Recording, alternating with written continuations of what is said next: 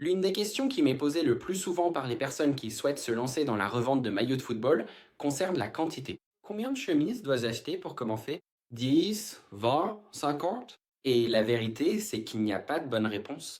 Tout dépend de votre situation personnelle, de vos objectifs et du niveau d'implication que vous souhaitez avoir dans la revente de maillots de football. Beaucoup de gens pensent que pour gagner de l'argent en vendant des chemises, il faut en acheter de grandes quantités tout de suite. En pratique, ce n'est pas comme ça que ça fonctionne, car il faut d'abord comprendre comment se déroule le processus. Acheter environ 10 maillots a beaucoup de sens pour ceux qui débutent maintenant.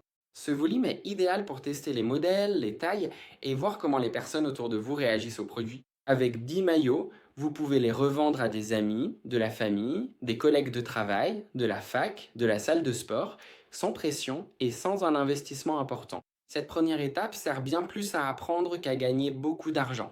C'est ici que vous comprenez quels modèles se vendent le mieux, quelles tailles partent le plus vite et comment fonctionne la revente en pratique. Après avoir vendu ses premiers maillots et constaté que le produit se vend bien, acheter 20 maillots commence à avoir plus de sens.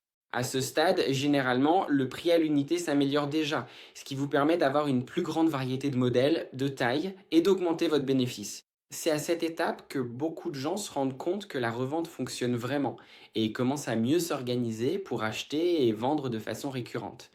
Maintenant, acheter 50 maillots, c'est un tout autre niveau. Ce n'est pas pour ceux qui commencent à zéro. C'est pour ceux qui vendent déjà, qui connaissent leur public et savent qu'ils vont réussir à écouler tout ce volume.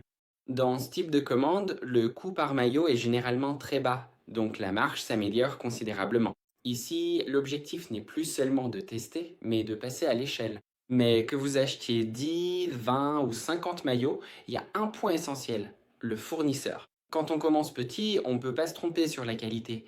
Si le maillot est de bonne qualité, le client achète, revient et achète à nouveau. Et en plus, il recommande à d'autres personnes. C'est pourquoi il est si important de travailler avec un fournisseur fiable, proposant des maillots de très bonne qualité, une grande variété et un prix juste. Et tout cela, vous le trouverez chez le fournisseur que je laisse ici dans la description, ainsi que tous ses liens utiles. Pour résumer simplement, acheter 10 maillots, c'est pour apprendre, 20 maillots, c'est pour consolider, et 50 maillots, c'est pour passer à l'échelle. Et si vous souhaitez en savoir plus sur la revente de maillots de football, abonnez-vous à la chaîne ci-dessous pour ne pas manquer les prochaines vidéos.